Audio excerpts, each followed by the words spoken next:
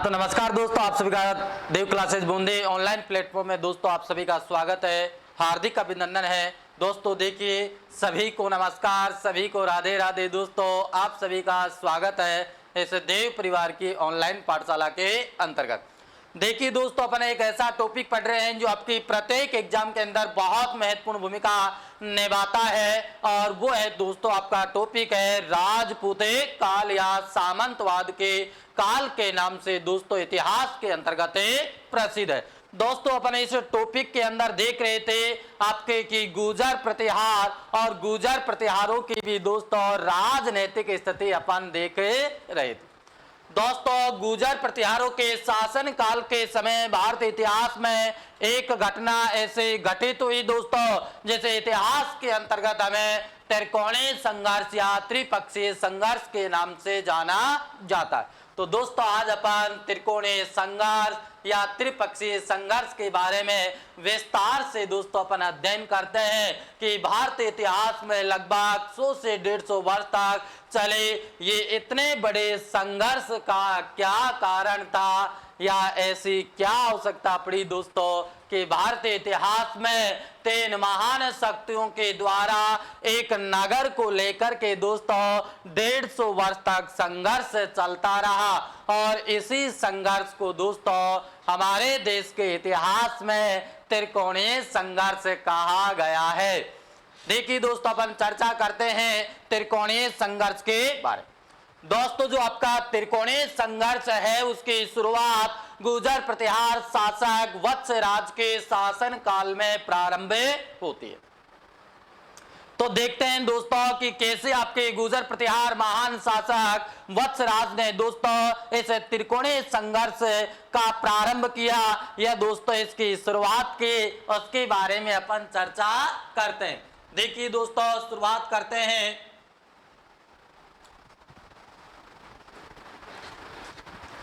देखिए आपका सबसे महत्वपूर्ण एक घटना घटित हुई है भारतीय इतिहास में दोस्तों, त्रिकोणीय संघर्ष या त्रिपक्षीय संघर्ष।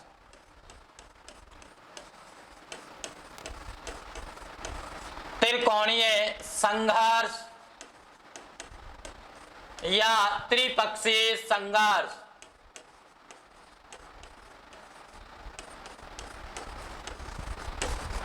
दोस्तों इतिहास में बहुत महत्वपूर्ण है कि भारतीय इतिहास की ये एक ऐसी घटना है दोस्तों कि इसे इतिहास में त्रिकोणीय संघर्ष या त्रिपक्षीय संघर्ष के नाम से दोस्तों जाना जाता है, और आज अपन इसके बारे में चर्चा करते हैं। हालांकि मैंने आपको कुछ टूटा फूटा पिछले क्लास के अंतर्गत दोस्तों इसके बारे में बता दिया था, लेकिन इस क्लास के अंतर्गत आपके इस त्रिकोणीय संघर्ष के बारे में विस्तार से दोस्तों अपन अध्ययन करेंगे। तो देखिए दोस्तों चलते हैं, शुरुआत करते हैं। इसका जो समय है दोस्तों आपके त्रिकोणीय संघर्ष का वो है दोस्तों लगभग कब से है, यानी कि 775 से लेकर के दोस्तों भारतीय इतिहास में 775 से लेकर के दोस्तों इस संघर्ष की शुरुआत हुई, और इसका अंत कब हुआ दोस्तों? देखिए इसका अंत माना जाता है 950 ईस्वी में। ये दोस्तों आपके त्रिकोणीय संघर्ष का समय है। सबसे पहले देखते हैं दोस्तों कि ये क्यों हुआ, क्या कारण था आपका त्रिकोणीय संघर्ष होने का भारतीय इतिहास के अंतर्गत। देखिए कि हर्ष की मृत्यु के बाद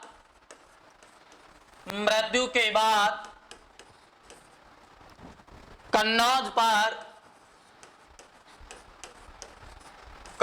पर यशोवर्मन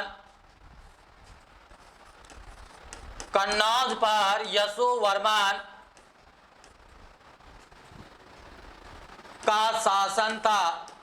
किसका शासन था दोस्तों? यशोवर्मन का। कब की बात है कि दोस्तों आपका जो हर्ष था, हर्ष के शासन काल के बाद में या उसकी मृत्यु के बाद दोस्तों आपके से कन्नौज नगरी पर किसका शासन था? यशोवर्मन का। देखिए दोस्तों यशोवर्मन की मृत्यु के बाद यशोवर्मन की मृत्यु के बाद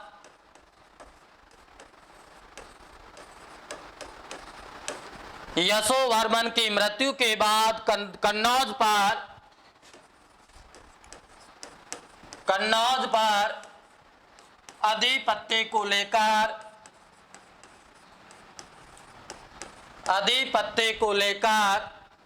तीन महाशक्तियों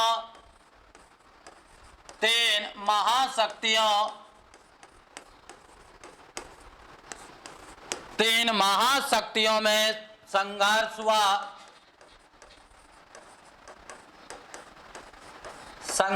हुआ जो दोस्तों जो इतिहास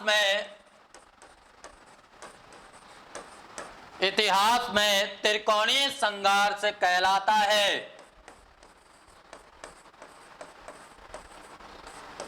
त्रिकोणीय संघर्ष कहलाता है।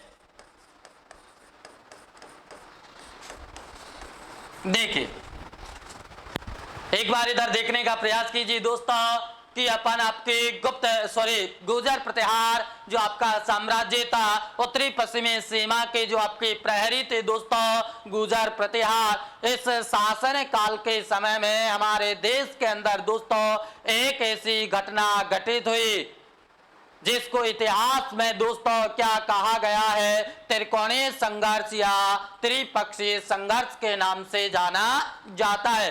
दोस्तों ध्यान देना, गुप्त काल जो आपका साम्राज्य था उसकी समाप्ति के बाद में भारत पर महान शासक हर्षवर्धन हुआ और हर्षवर्धन की मृत्यु के बाद दोस्तों आपके कन्नौज नगरी अस्त व्यस्त हो गई थी। इस पर एक व्यक्ति था आपका कौन, यशोवर्मन। हर्ष की मृत्यु के बाद कन्नौज पर यशोवर्मन का शासन था।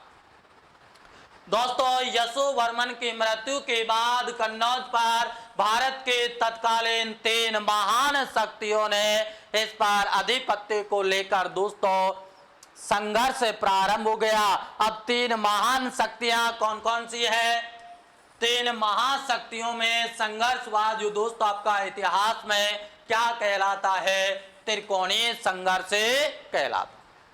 क्या कहलाता है दोस्तों, त्रिकोणीय संघर्ष। अब देखते हैं कि त्रिकोणीय जो संघर्ष है आपका वो दोस्तों तीन कौन कौन सी महान शक्तियों के बीच में ये आपका संघर्ष हुआ है, इसके बारे में दोस्तों अपन अध्ययन करते हैं। देखिए तीन महाशक्तियां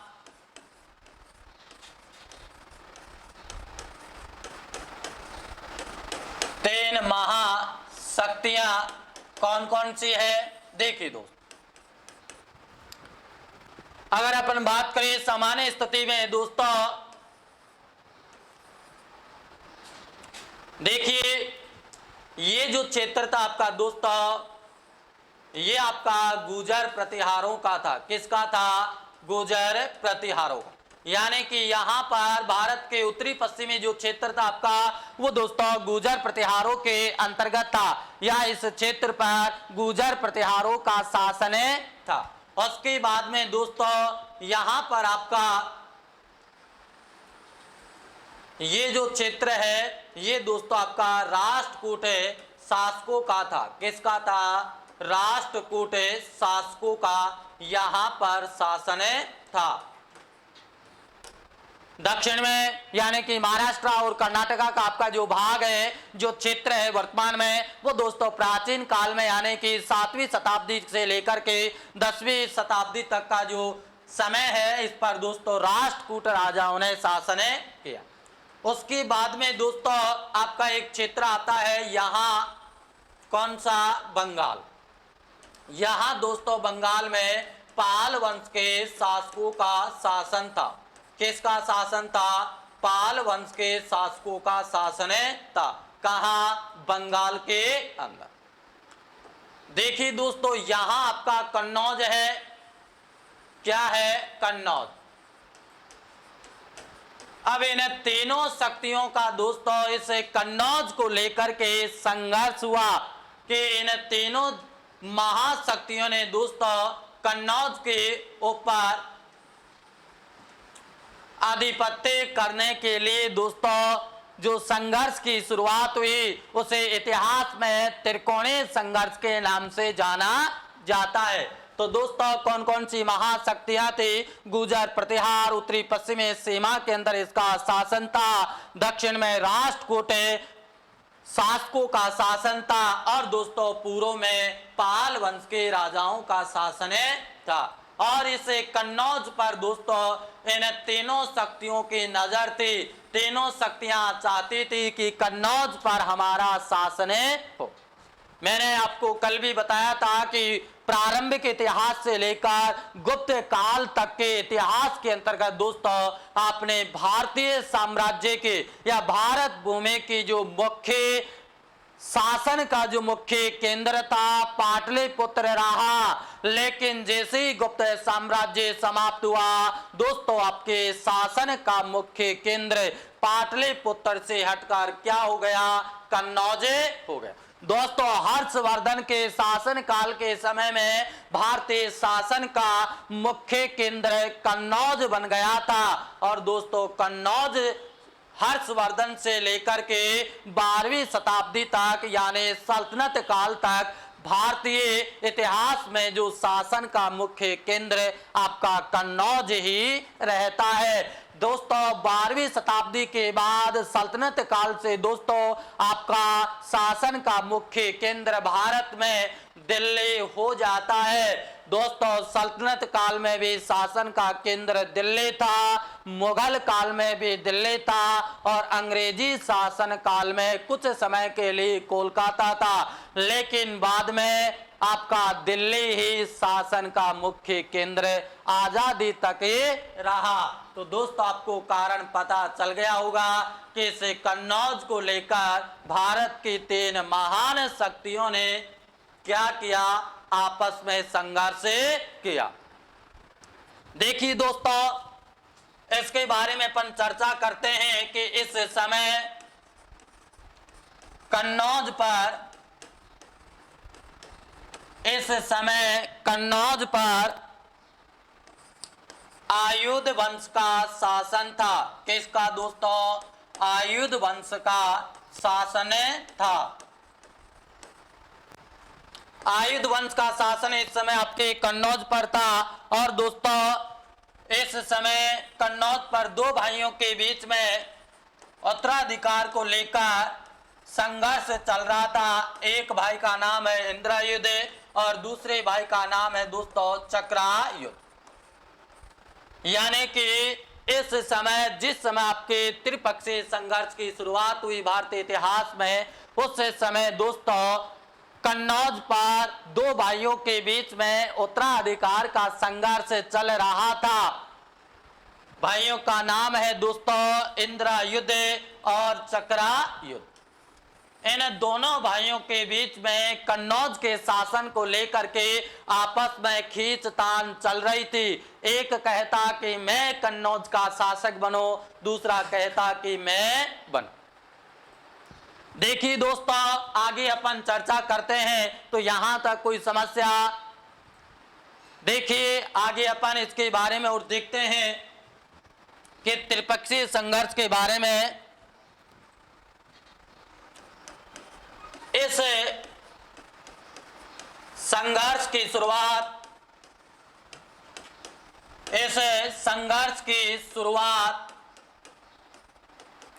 गुर्जर प्रतिहार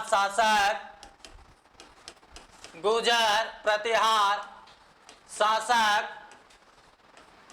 वत्सराज ने की। किसने की दोस्तों? कि इस त्रिकोणीय संघर्ष की शुरुआत, इस त्रिपक्षीय संघर्ष की शुरुआत दोस्तों कहां से हुई है? गुर्जर प्रतिहार शासक वत्सराज ने पहली बार इस संघर्ष की शुरुआत की। कई बार आपके एग्जाम में क्वेश्चन आया है दोस्तों कि इस संघर्ष की शुरुआत भारतीय इतिहास में किस वंश के शासकों ने की? तो गुर्जर प्रतिहार के शासक वत्सराज ने इस संघर्ष की शुरुआत की। अब कैसे की, कहां से की? देखिए दोस्तों वत्सराज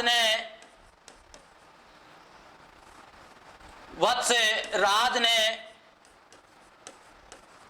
ध्यान देना दोस्तों, वत्सराज ने कन्नौज के शासक कन्नौज के शासक चक्रायुध को कन्नौज के शासक चक्रायुध को दोस्तों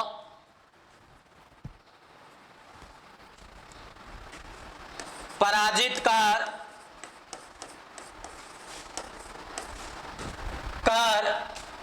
इस संघर्ष की शुरुआत की। पराजित कर इस संघर्ष की शुरुआत की। किसने? वत्सराज ने। समझ में आ गया कि इस संघर्ष की शुरुआत किसने की? गुर्जर प्रतिहार शासक वत्सराज ने दोस्तों इस संघर्ष की शुरुआत की। और कहां से की? कि गुर्जर प्रतिहार शासक वत्सराज ने कन्नौज के शासक दोस्तों इंद्रायुध को युद्ध में पराजित करके इस संघर्ष की शुरुआत की। ध्यान देना दोस्तों, इतिहास में कन्नौज के शासक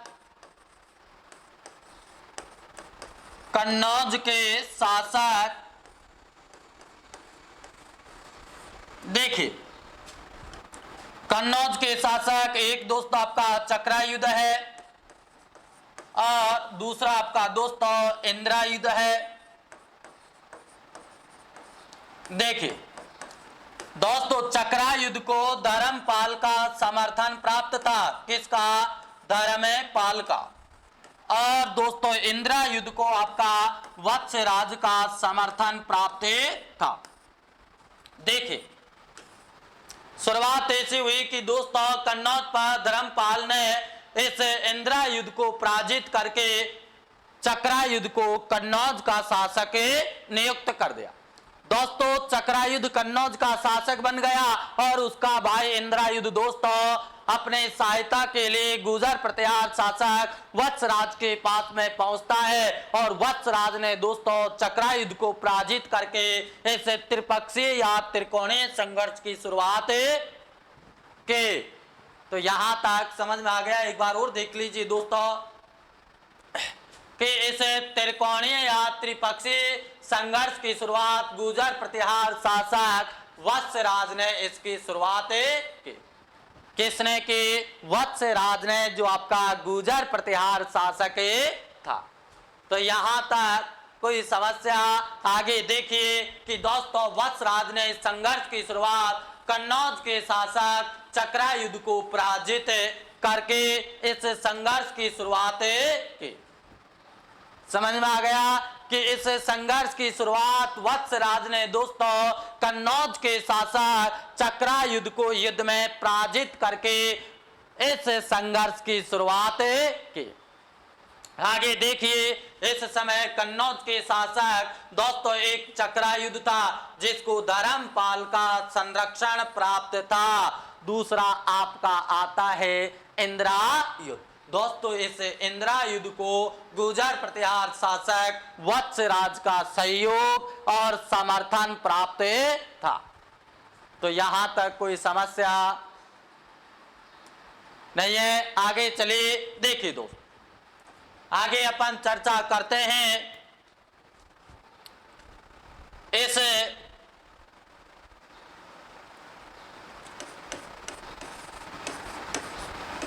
संघर्ष की जानकारी।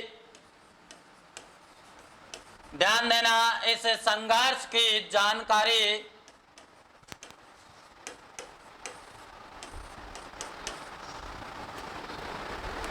वाणी ढिंढोरी अभिलेख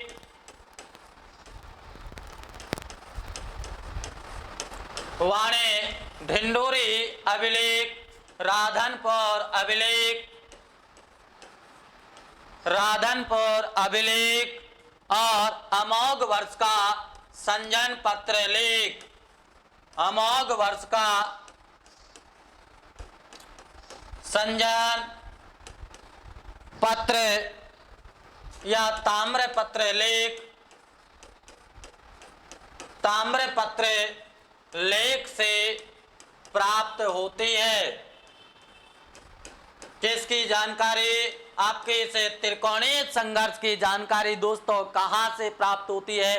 कई बार आपके एग्जाम में पूछा गया है कि भारतीय इतिहास का जो महान घटना त्रिकोणीय संघर्ष, इसकी शुरुआत दोस्तों वत्सराज ने की थी और इसकी जानकारी कहां से प्राप्त होती है। देखिए दोस्तों कि इसकी जानकारी वाणी ढिंडोरी अभिलेख, राधनपुर अभिलेख और राष्ट्रकूट शासक अमोघ वर्ष के संजन ताम्रपत्र लेख से दोस्तों इस संघर्ष की जानकारी लाडलो प्राप्त होती है।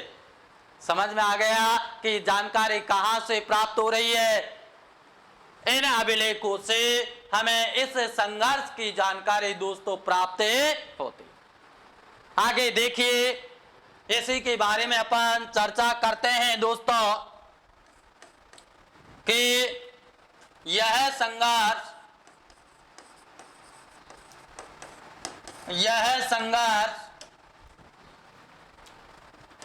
8वीं शताब्दी से लेकर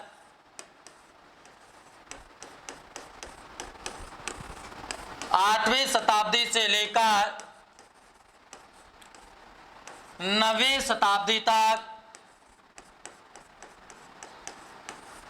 9वीं शताब्दी तक चला था। कब तक चला था? 9वीं शताब्दी तक। इस संघर्ष की शुरुआत देखिए दोस्तों, इस संघर्ष की शुरुआत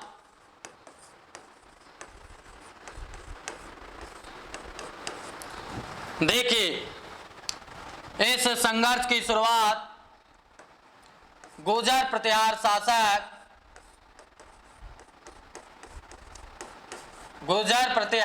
शासक वत्सराज और पाल शासक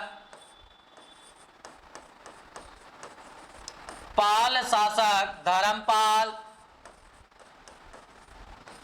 और दोस्तों राष्ट्रकूट शासक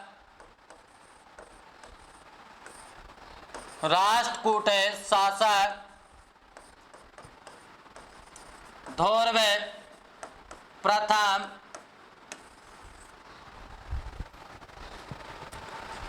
प्रथम के समय हुई।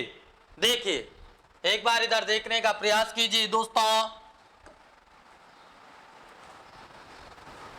इधर देखिए लाडला, एक बार इधर देखने का प्रयास कीजिए। कितने आनंद के साथ में अपन इतिहास को देख रहे हैं। यहां से दोस्तों अगर त्रिकोणीय संघर्ष से आपका क्वेश्चन आता है दोस्तों, यहां से बाहर नहीं जाएगा। ये मैं आपको विश्वास के साथ दोस्तों कहता हूं कि यदि आपके त्रिकोणीय संघर्ष से क्वेश्चन आता है तो यहां से बाहर बिल्कुल भी आपका नहीं जाएगा। देखिए दोस्तों, इस संघर्ष की जो जानकारी है हमें भारतीय इतिहास के अंतर्गत वो दोस्तों कहां से प्राप्त होती है? वाणी ढिंडोरी का अभिलेख है और राधनपुर अभिलेख और राष्ट्रकूट शासक अमोघ वर्ष का संजन ताम्रपत्र लेख से इस संघर्ष की जानकारी हमें प्राप्त होती है। देखिए दोस्तों, यह संघर्ष की शुरुआत 8वीं शताब्दी में हो गई थी, यानी कि 775 से संघर्ष की शुरुआत हुई और 950 तक लगभग यह संघर्ष आपका चला। लगभग 100 से लेकर 150 साल तक का जो इतिहास है भारतीय इतिहास में, उसमें दोस्तों यह त्रिकोणीय संघर्ष महत्वपूर्ण भूमिका निभाता है। समझ में आ गया दोस्तों? देखिए, इस संघर्ष की शुरुआत दोस्तों जिस समय हुई थी उस समय 3 महान शक्तियों के शासक कौन कौन थे या किस किस के समय इसकी शुरुआत हुई। देखिए कि आपके गुर्जर प्रतिहार शासक दोस्तों इस समय वत्सराज था और दोस्तों पाल शासक आपका धर्मपाल था और राष्ट्रकूट शासक दोस्तों आपका धोरवे प्रथम था। कौन था दोस्तों? राष्ट्रकूट शासक आपका धोरवे प्रथम। तो दोस्तों यहां तक कोई समस्या? चलिए दोस्तों आगे चलते हैं। देखिए लाडलो, अपन आगे चलते हैं और देखते हैं इस त्रिकोणीय संघर्ष के अंदर। देखिए, त्रिकोणीय संघर्ष के चरण,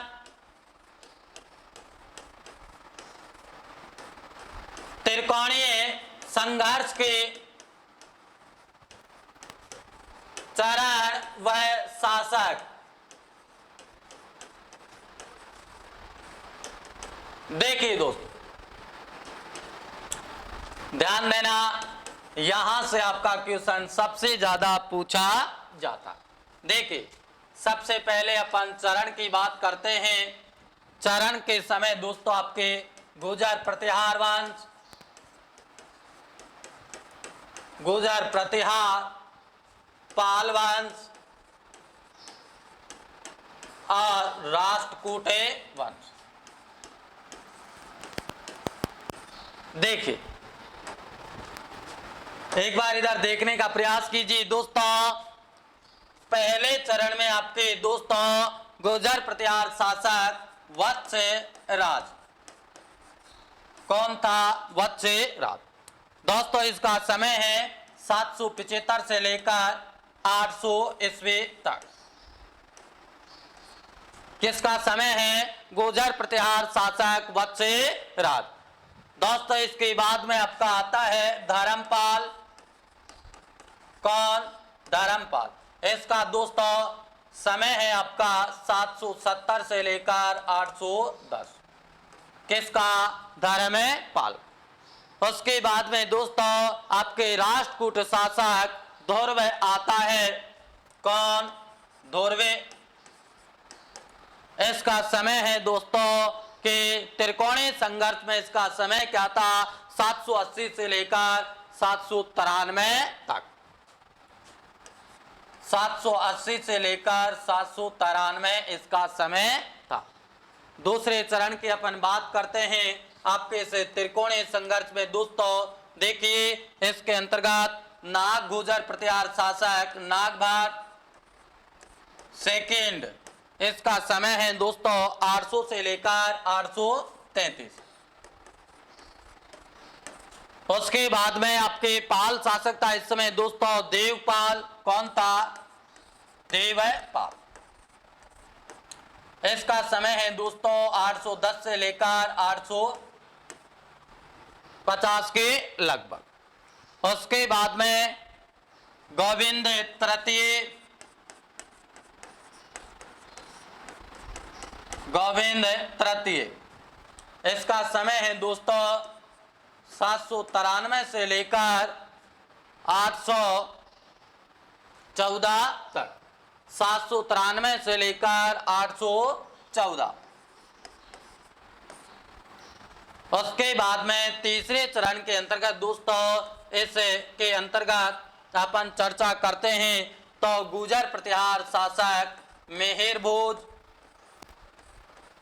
कौन आता है? मिहिर भोज। इसका समय है दोस्तों 836 से 885। कितना है? 836 से 885। आपका पाल शासक है दोस्तों इस समय विग्रह पाल। कौन है? विग्रह पाल।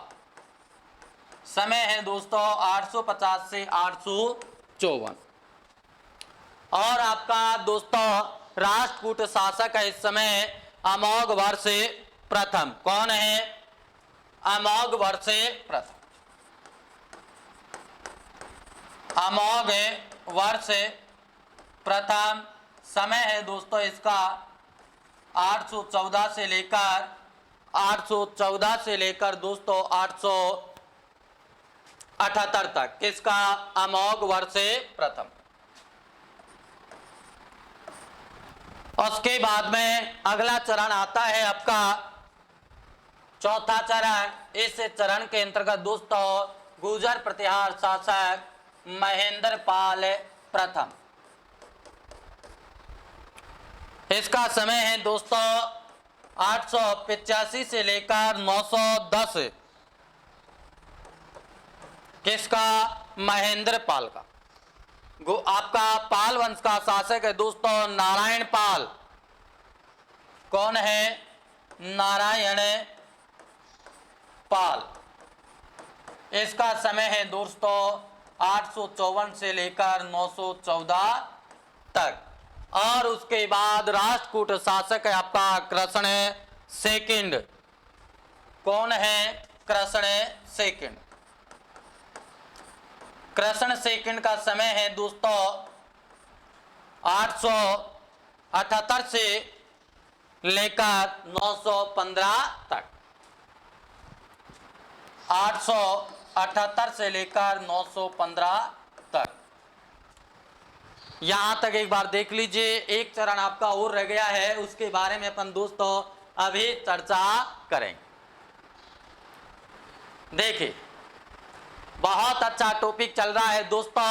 आपका भारतीय इतिहास में एक शानदार और जानदार संघर्ष दोस्तों चल रहा है, त्रिकोणीय संघर्ष। इस त्रिकोणीय संघर्ष में दोस्तों 3 महान शक्तियों ने भाग लिया।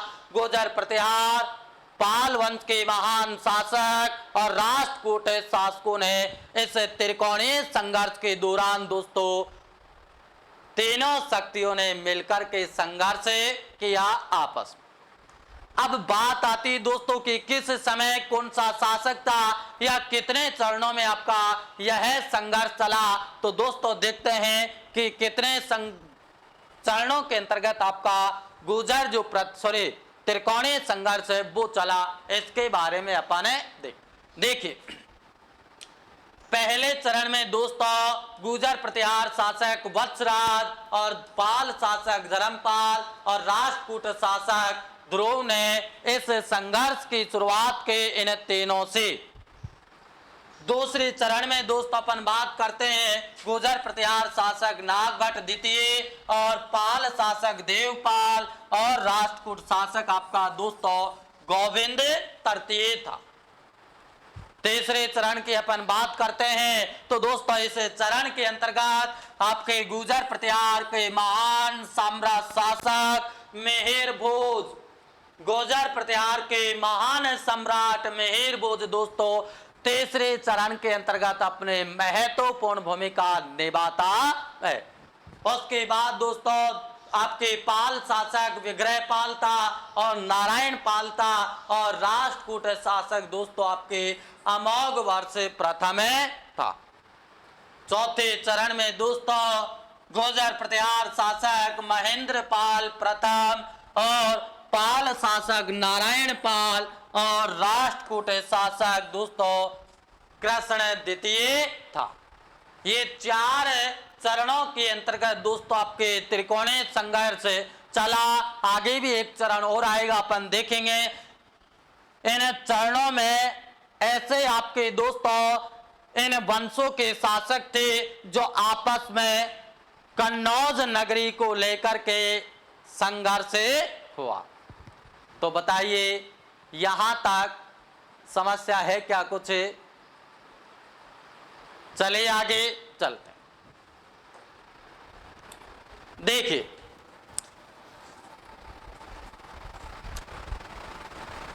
चौथा चरण पांचवें चरण की अपन बात करते हैं।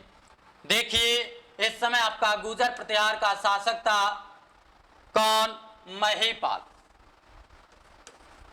कौन था दोस्तों? महिपाल प्रथम, जिसका समय है 912 से लेकर 943। पाल शासक इस समय कोई नहीं था, यानी कि पाल शासकों ने 5वें चरण में भूमिका बिल्कुल नए के बराबर थी। उसके बाद में आपके राष्ट्रकूट शासक है दोस्तों इंद्र तृतीय। कौन है? इंद्र तृतीय। इसका समय है दोस्तों 915 से लेकर 922 तक। ये 5वां चरण आपके दोस्तों त्रिकोणीय संघर्ष का है और इसके अंतर्गत इस संघर्ष में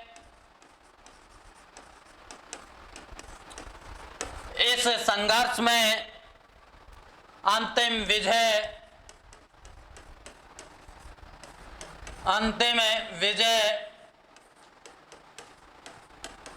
गुर्जर प्रतिहारों अंतिम विजय गुर्जर प्रतिहारों की हुई थी। गुर्जर प्रतिहारों की हुई थी। इस इतने बड़े संघर्ष में 150 साल के भारतीय इतिहास के इतने महान संघर्ष में दोस्तों अंतिम विजय किस वंश के शासकों के हाथों लगे? गुर्जर प्रतिहार जो आपके शासन थे या साम्राज्य था दोस्तों, इसके हाथ त्रिकोणीय संघर्ष अंतिम रूप से लगा। देखिए आगे अपन चर्चा करते हैं इस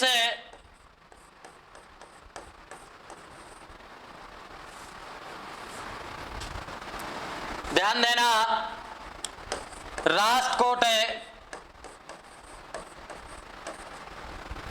पहले दक्षिण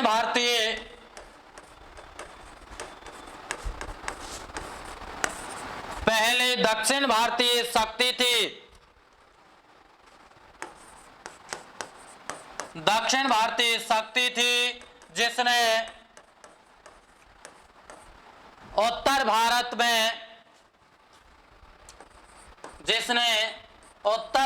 की राजनीति में भाग लिया। देखिए एक बार इधर देखने का प्रयास कीजिए। देखिए दोस्तों कि पांचवा चरण आपका गुर्जर प्रतिहार शासक महिपाल प्रथम के समय समाप्त होता है। इधर आपके पाल वंश का कोई भी शासक नहीं था और राष्ट्रकूट शासक आपका दोस्तों इंद्र तृतीय था। यहां पर आकर के आपका त्रिकोणीय संघर्ष दोस्तों जो चरण चले, पांचवें चरण में आकर के आपका संघर्ष समाप्त हो जाता है। आगे देखिए दोस्तों कि इस संघर्ष का अंतिम जो विजय थी किसको प्राप्त हुई दोस्तों? गुर्जर प्रतिहारों को ये संघर्ष अंतिम रूप से प्राप्त हुआ। कई बार दोस्तों आपके एग्जाम में क्वेश्चन आया है लाडलो कि आपके त्रिकोणीय संघर्ष अंतिम रूप से किसे प्राप्त हुआ या किसे विजय प्राप्त हुई।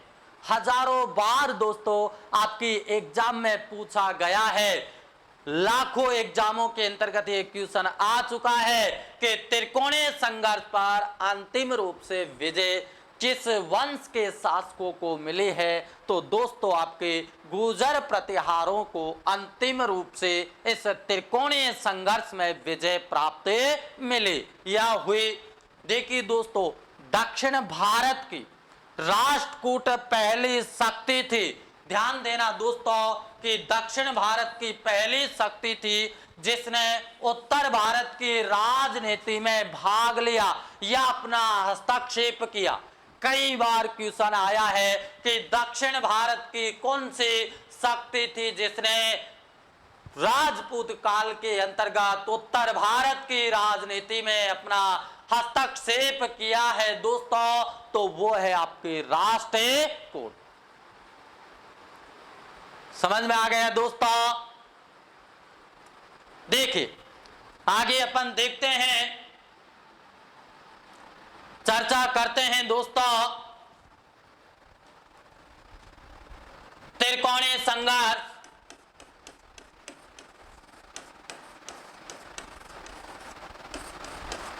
त्रिकोणीय संघर्ष देखिए जो स्थिति है इसकी भौगोलिक स्थिति दोस्तों उसको एक बार अपन देख लेते हैं। देखिए ये आपकी सिंधु नदी और दोस्तों ये आपका हिमालय पर्वतमाला।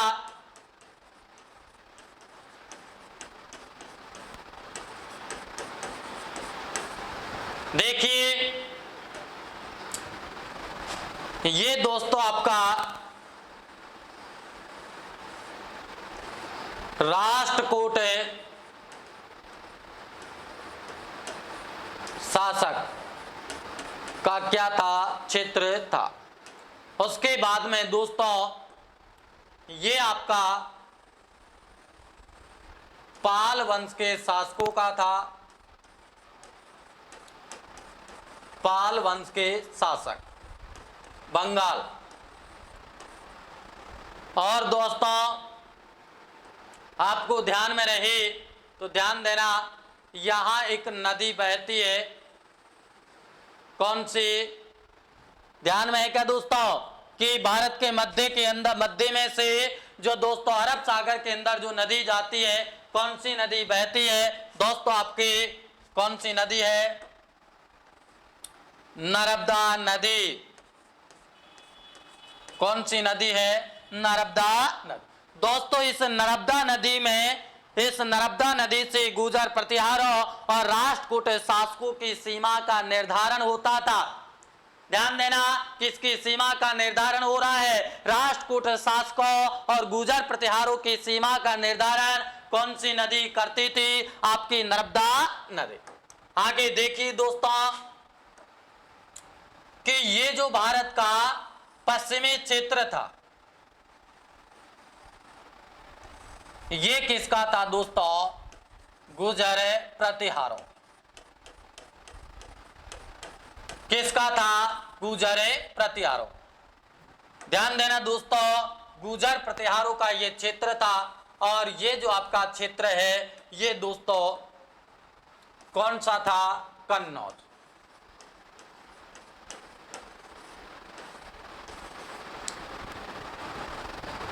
तो दोस्तों ये आपके कुछ त्रिकोणीय संघर्ष की स्थिति थी कि जिस समय भारत इतिहास में इतनी बड़ी महान घटना राजपूत काल के अंतर्गत घटी दोस्तों, उस समय की स्थिति जो भौगोलिक परिदृश्य के अनुसार अपन देखते हैं तो भारत की स्थिति दोस्तों ऐसे थी। देखिए उत्तर पश्चिमी क्षेत्र में सिंधु नदी हिमालय से लेकर दक्षिण में नर्मदा नदी तक, और उत्तर पश्चिम में दोस्तों सिंधु नदी तक गुजर प्रतिहार साम्राज्य था। भारत के मध्य में आपका कन्नौज था। और दोस्तों भारत के पूर्व में बंगाल के अंतर्गत दोस्तों पाल वंश के शासकों का शासन था। दोस्तों भारत के दक्षिण में नर्मदा नदी के दक्षिण में दोस्तों राष्ट्रकूट शासकों का शासन था। नर्मदा नदी के दक्षिण, नर्मदा नदी के उत्तर में दोस्तों गुजर प्रतिहारों का शासन था। और दक्षिण में किसका था? राष्ट्रकूट शासकों का शासन था। तो दोस्तों जिस समय भारतीय इतिहास में आपका त्रिकोणीय संघर्ष हुआ, उस समय भारत की भौगोलिक पृष्ठभूमि या स्थिति दोस्तों इस प्रकार थी। तो दोस्तों बताइए कि आपके जो त्रिकोणीय संघर्ष है, यहां से यदि कोई क्वेश्चन आएगा तो दोस्तों अपन ने जो पढ़ा है उसके बाहर कभी भी नहीं जा सकता है। अपन ने इतना पढ़ लिया है दोस्तों, इतने ज्यादा पढ़ लिया है, इतने अंदर से अपन ने इसका अध्ययन कर लिया है दोस्तों कि अब यहां से आपका क्वेश्चन कभी भी गलत नहीं हो सकता है। तो दोस्तों मिलते हैं काल नागभट्ट द्वितीय के साथ आपके गुजर प्रतिहार साम्राज्य के अंतर्गत। दोस्तों आज अपन ने देखा इस पूरी क्लास के अंतर्गत दोस्तों आपका त्रिकोणीय या त्रिपक्षीय संघर्ष, और अपन मिलते हैं आगे नागभट्ट द्वितीय गुजर प्रतिहार सम्राट, इसके बारे में इसकी राजनीतिक स्थिति दोस्तों अपन देखेंगे। तो दोस्तों सभी को नमस्कार, सभी को राधे राधे। मिलते हैं दोस्तों इसी अंदाज में, इसी जोश के साथ दोस्तों इसी समय कल 12 से 1 आपके यूट्यूब के अंदर दोस्तों जो लाइव क्लास है, सभी दोस्तों जुड़ने का प्रयास कीजिए। ध्यान देना, आपको बार बार दोस्तों हमें रोजाना यही कहते हैं कि आपको पढ़ते रहना चाहिए, लेकिन दोस्तों आपकी संख्या दिनों दिन इतनी कम होती जा रही है कि हमारा भी मन फिर नहीं करता है कि हम भी पढ़ाएं। इसलिए दोस्तों आप ज्यादा से ज्यादा आपकी संख्या बढ़ा करके एक बार दिखा दीजिए अपने ताकत। फिर दोस्तों आप हमारी ताकत देखिए इस इतिहास के अंतर्गत कि जैसे इतिहास ने दुनिया को हिलाया है, दोस्तों हम इतिहास को ही हिला करके रख देंगे। ध्यान रखना कि जैसे इतिहास ने संसार को हिलाया है, वैसे ही दोस्तों हम इस इतिहास को हिला करके रख देंगे। अगर आपका सहयोग और आपका प्यार और आपका स्नेह यदि इसी प्रकार बरकरार रहा दोस्तों, तो एक न एक दिन अपन इस इतिहास को दोस्तों बदल कर या इसको हिला करके रख देंगे। तो नमस्कार दोस्तों, सभी को नमस्कार, मिलते हैं कल।